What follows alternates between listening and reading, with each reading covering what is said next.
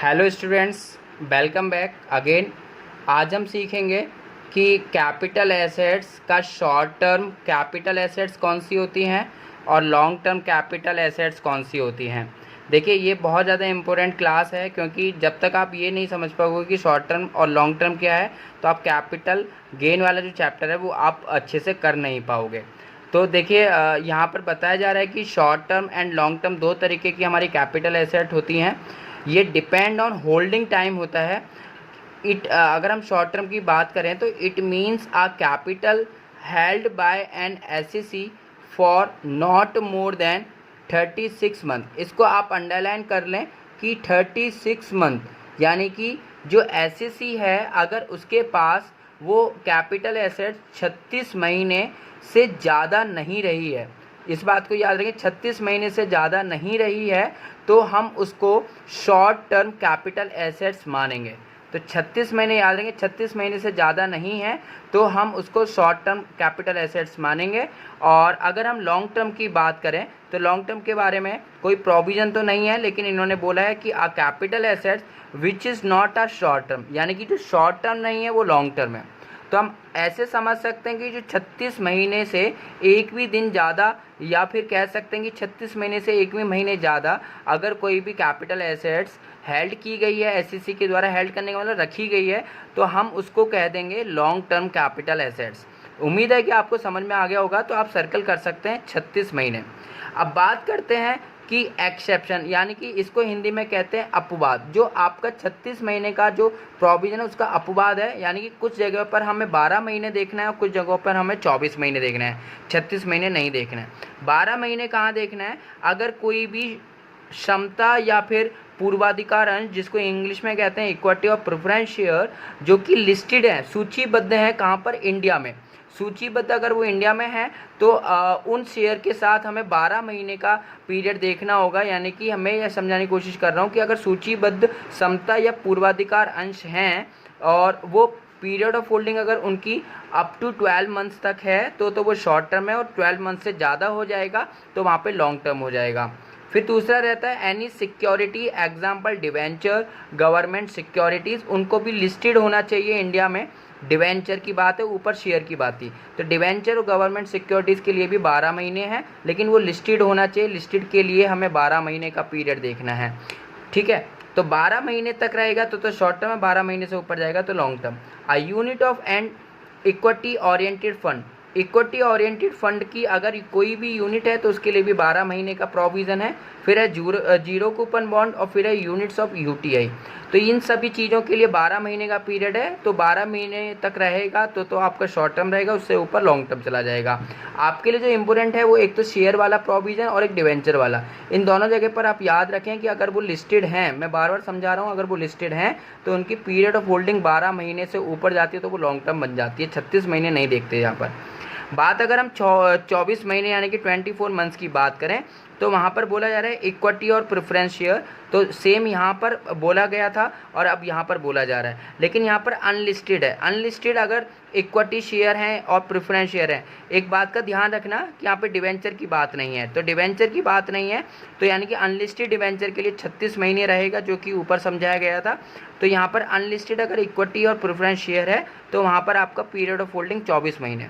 तो लिस्टेड के लिए 12 महीने और अनलिस्टेड के लिए 24 महीने। इस चीज़ों को आप बहुत ज़्यादा इम्पोर्टेंट समझें।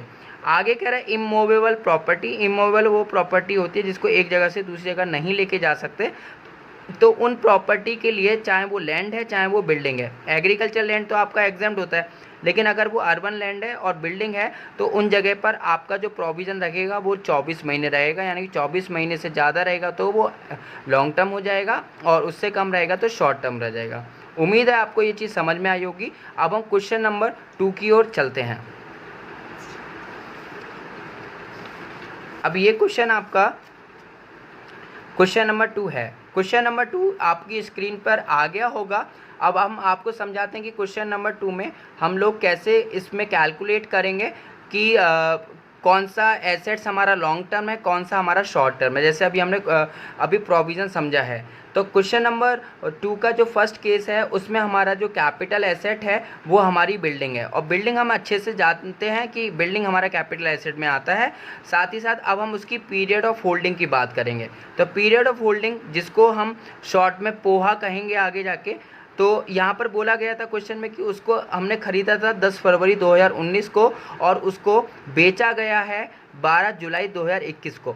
तो ख़रीदने और बेचने के बीच में जो पीरियड है बिल्डिंग के लिए आपको याद होना चाहिए वो 24 महीने था। अगर 24 महीने तक रहेगा तो वो शॉर्ट टर्म, और 24 महीने से ज़्यादा हो जाएगा तो लॉन्ग टर्म। आप इस पीरियड को देखोगे तो 24 महीने से ज़्यादा जाएगा तो आपको लिखना पड़ेगा मोर देन 24 मंथ्स। तो आपको फिर नीचे लिखना है to be treated as long term capital assets. बहुत आसान क्वेश्चन होते हैं। अब बात करते हैं सेकंड वाले केस की, capital assets listed equity share. Listed वाला वर्ड आपको अंडरलाइन कर लेना है कि आपके क्वेश्चन में साफ साफ बोल रहा है सूचीबद्ध समता अंश। आप अपनी बुक में देख सकते हैं सूचीबद्ध समता अंश के साथ हमें कितने का प्रोविज़न लेना होता है, 12 महीने का। तो हम देखना चाहते हैं कि इसका पीरियड ऑफ होल्डिंग एसेट कितना रहेगा। इसको हमने 18 अप्रैल 2020 में ख़रीदा था और 20 जुलाई 2021 में हमने इसको बेच दिया है। अगर हम इसका पीरियड देखेंगे तो पीरियड आपका 12 महीने से ज़्यादा का जा चुका है। तो जब 12 महीने से ऊपर जा चुका है तो वो हमारा लॉन्ग टर्म कैपिटल एसेट्स हो जाएगा। उम्मीद है कि आपको ये चीज़ें समझ में आ रही होगी। बात करते हैं अब हम थर्ड वाले केस की। थर्ड वाले केस में आपका आ रहा है अर्बन एग्रीकल्चर लैंड, यानी कि शहरी कृषि भूमि। अगर ग्रामीण होती तो वो कैपिटल एसेट्स होता ही नहीं, तो हम आगे क्वेश्चन को बढ़ाते ही नहीं। लेकिन ये जो है वो अर्बन है, तो अब अर्बन वाले को तो कैपिटल एसेट्स हम मानते हैं। अब हम इसका पोहा निकालेंगे, यानी कि पीरियड ऑफ होल्डिंग निकालेंगे। तो हमने इसको ख़रीदा था 15 जुलाई 2018, मतलब बहुत पहले ख़रीदा है, और इसको बेचा गया 15 अगस्त 2021। आप लैंड और बिल्डिंग का कभी भी प्रोविज़न पढ़ोगे तो 24 महीने का पढ़ोगे। तो यहाँ पर इन्होंने ये बोला है कि यहाँ पर मोर देन 36 मंथ। आप एक काम करें, इसको 36 ना करके आप इसको 24 करें। ठीक है, गलती हो गई है यहाँ पे, क्योंकि लैंड एंड बिल्डिंग के साथ हम जो लेते हैं वो 24 मंथ्स लेते हैं, तो ये 24 महीने से ज़्यादा का हो गया है। तो ये भी फिर से हमारा लॉन्ग टर्म कैपिटल एसेट है। एक बार आप इसको स्लो वीडियो में चला के देखेंगे, आपको एक बार दोबारा से समझेंगे चीज़ों को तो आपको समझ में आ जाएगा। अब बात करते हैं क्वेश्चन नंबर 3 की। क्वेश्चन नंबर 3 में आपसे कह रहा है कि आपको बताना है कि कितना कैपिटल गेन होगा, ये बताना है। तो इसमें हम पूरे फॉर्मेट के साथ जाएंगे। तो आपको लिखना होगा computation of taxable income from capital gain. हमें नहीं पता ना कि कौन सा है, शॉर्ट टर्म है लॉन्ग टर्म है, तो आपको शुरुआत में ये लिखना है कि computation of taxable income from capital gain for the assessment year. आपकी बुक जो रहेगी वो असेसमेंट ईयर 22-23 की है, तो यानी कि 2022 एंड 23। तो ये लिखना है, ये पार्ट ऑफ द क्वेश्चन है, यहाँ पे मार्क्स कट जाता है अगर आप इसको नहीं लिखोगे, तो ये लिख के आना ज़रूरी है। फिर आप लिखोगे पर्टिकुलर और फिर यहाँ पे अमाउंट का सिंबल बनाओगे, और इसके जस्ट ऊपर लिखोगे पोहा। पोहा का मतलब मैंने आपको समझा दिया, पीरियड ऑफ होल्डिंग। तो पीरियड ऑफ होल्डिंग अगर हम देखेंगे इस क्वेश्चन के साथ, तो इस क्वेश्चन में पीरियड ऑफ होल्डिंग आपकी शॉर्ट टर्म कैपिटल गेन रहेगी। इस क्वेश्चन में आपका जो रहेगा वो शॉर्ट टर्म कैपिटल गेन, आप चेक करके देख सकते हैं, शॉर्ट टर्म कैपिटल गेन आएगा, यानी कि short term capital asset, short term capital assets. तो हम शॉर्ट टर्म कैपिटल एसेट्स को कैसे करेंगे सॉल्व, वो देखते हैं। सबसे पहले हम लिखना होता है value of consideration. Value of consideration का मतलब होता है हमने इस संपत्ति को कितने में बेचा है। हमने इस संपत्ति को बेचा है 2,10,000 में, तो 2,10,000 हमने लिख दिया है। साथ ही साथ अगर हम आगे बढ़ने की कोशिश करें तो यहाँ पर फिर हम माइनस करेंगे इसमें से cost of acquisition. Cost of acquisition का मतलब है कि ये जो हमने 2,10,000 में जो संपत्ति बेची है, इसको हमने ख़रीदा कितने में था, इसको हमने ख़रीदा था 1,50,000 में। तो जो कॉस्ट ऑफ एक्विजिशन होता है इसका मतलब यही होता है कि ख़रीदा कितने में था, तो 1,50,000 वो हम माइनस कर देंगे।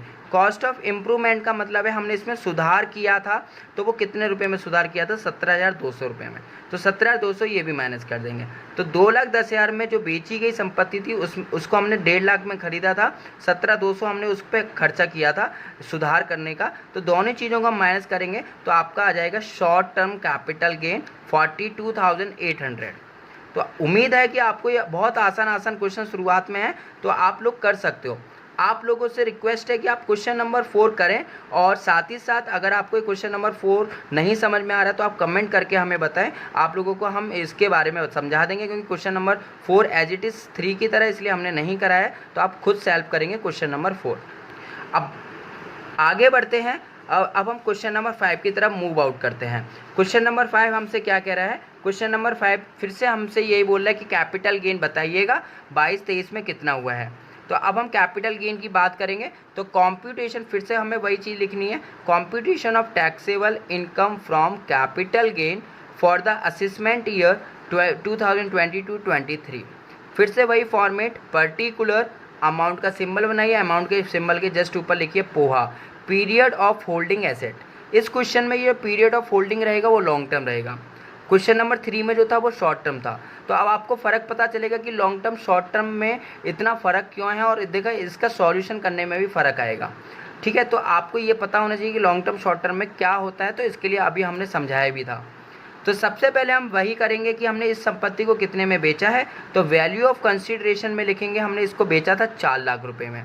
साथ ही साथ माइनस करेंगे इसमें से हम सेलिंग एक्सपेंस। सेलिंग एक्सपेंस का मतलब है बिक्री के समय हमने इस पर खर्चा कितना किया। हमने 1% कमीशन दिया था बिक्री मूल्य का, तो जो बेचा गया मूल्य है वो 4 लाख है। 4 लाख का 1% अगर हम निकालेंगे तो वो आ जाएगा 4000। तो 4 लाख वाली संपत्ति को बेचने के लिए हमने 4000 का कमीशन देना पड़ा, तो हमारी पास जो नेट कंसिडरेशन आया वो आया हमारा 3,96,000, बोले तो इंग्लिश में 3,96,000। अब यहाँ पर एक चीज़ देखिएगा, यहाँ पर आपका इंडेक्स कॉस्ट ऑफ एक्विजिशन है। क्वेश्चन नंबर 3 में ऐसा नहीं था, क्वेश्चन नंबर 3 में तो केवल कॉस्ट ऑफ एक्विजिशन था, यहाँ पे इंडेक्स लगा दिया गया है। मैं आपसे रिक्वेस्ट ये करूँगा कि लॉन्ग टर्म कैपिटल गेन इसीलिए समझना बहुत ज़रूरी है क्योंकि वहाँ पे हमारा इंडेक्स लग जाता है। सर ये इंडेक्स क्या होता है? देखिए कोई भी चीज़ अगर हमारी बहुत पुरानी की होती है तो हमारा एक बात याद रखना कि महंगाई के रेट के अनुसार उस चीज़ की कीमत बढ़ जाती है। वैसे तो जनरली गिरती है, लेकिन हम ये मान के चलेंगे कि जब टैक्स का ये प्रोविज़न बनाया गया था तो हमने ये समझा था चीज़ों को कि कोई भी चीज़ जब इतनी पुरानी है तो आज अगर हम उसी चीज़ को खरीदेंगे बाज़ार में तो जाहिर सी बात है वो महंगी खरीदी जाएगी। इसी तरीके से यहाँ पे हम इसका इन्फ्लेशन करना चाहते हैं तो इसको इंडेक्स कॉस्ट ऑफ एक्विजिशन करेंगे। अब देखो आपकी बुक में बोला जा रहा है कि आपका ये जो खरीदा गया है, ये जो आपने जो खरीदा है इस संपत्ति को, वो आपने खरीदा था, आप अपनी बुक में देखें तो वो आपका और उसका बाज़ार मूल्य 1,20,000 है। तो जो खरीदा गया मूल्य है वो कम है और बाज़ार मूल्य 1,20,000 वो ज़्यादा है, इसलिए मैंने नोट करके लिखा हुआ है कि अगर कोई संपत्ति 1 अप्रैल 2001 से पहले खरीदी गई है, आप क्वेश्चन में देखना वो 2001 से पहले खरीदी गई है, तो वहाँ पर हम क्या करेंगे, खरीद मूल्य, जो खरीद मूल्य है और 1 अप्रैल 2001 का जो बाज़ार मूल्य है, जो दोनों में से अधिक होगा, इसको आप नोट कर लेंगे अच्छे से अपनी नोटबुक में कि जब भी कोई भी चीज़ अगर 1 अप्रैल 2001 से पहले खरीदी गई होगी तो हम उसमें कंपैरिजन करेंगे खरीद मूल्य और 1 अप्रैल 2001 का बाज़ार मूल्य, दोनों में से जो ज़्यादा होगा। आपके क्वेश्चन में 1 अप्रैल 2001 का बाज़ार मूल्य ज़्यादा है, 1,20,000 है, तो उसको हम ले लेंगे और डिवाइड करेंगे 2001 का मूल्य कितना होता है। 2001 का आप याद रखिएगा, 2001 का मूल्य जो होता है वो 100 ही रहता है, हमेशा 100 रहता है। तो डिवाइड करेंगे 100 से और इनटू करेंगे उस ईयर के रेट से जिस ईयर में हम इसको बेच रहे हैं। हम बेच रहे हैं 22-23 में, तो 22-23 का आपको रेट हमेशा वैसे एग्जाम में दिया जाता है, लेकिन आपको अगर ना भी दिया जाए तो आप याद रखें ये 317 रहता है। तो 2 रेट आप हमेशा याद रखें कि 2001 का जो रेट होता है वो 100 होता है और 22-23 का जो रेट होता है वो 317 होता है। तो 100 से डिवाइड करेंगे और 317 से मल्टीप्लाई करेंगे, तो आपका आज की जो कॉस्ट है वो इसकी बन के आ जाएगी 3,80,400। तो इसको आप इम्पोर्टेंट मार्क कर लें, जिसको ना समझ में आए तो वो एक बार दोबारा पूछ लेगा मेरे से। तो अब आपका जो नेट कंसीडरेशन है 3,96,000, इसमें से हम 380,400 माइनस करेंगे तो आपका लॉन्ग टर्म कैपिटल गेन आ जाएगा 15,600। इस क्वेश्चन में आपका इम्प्रूवमेंट नहीं था, अगर आपका कोई इम्प्रूवमेंट होता तो उसका भी हम इंडेक्स निकालते हैं। ठीक है, तो इस क्वेश्चन को बहुत आसानी से सरल तरीके से मैंने आपको समझाने की कोशिश की है और साथ ही साथ नीचे नोट में भी बता दिया गया है कि दीर्घकालीन पूंजी संपत्ति यानी कि लॉन्ग टर्म कैपिटल एसेट्स में हमेशा इंडेक्स करना अनिवार्य है। ये अनिवार्य बोला गया, हाँ, किसको छोड़कर? ऋण पत्रों को छोड़कर। अभी ये क्वेश्चन ऋण पत्र वाले आएंगे तो वहाँ पर हम आपको समझाएंगे। फिलहाल आपको अच्छी लगी क्लास तो बिल्कुल कमेंट करें और इसको आगे फॉरवर्ड करें। Thank you.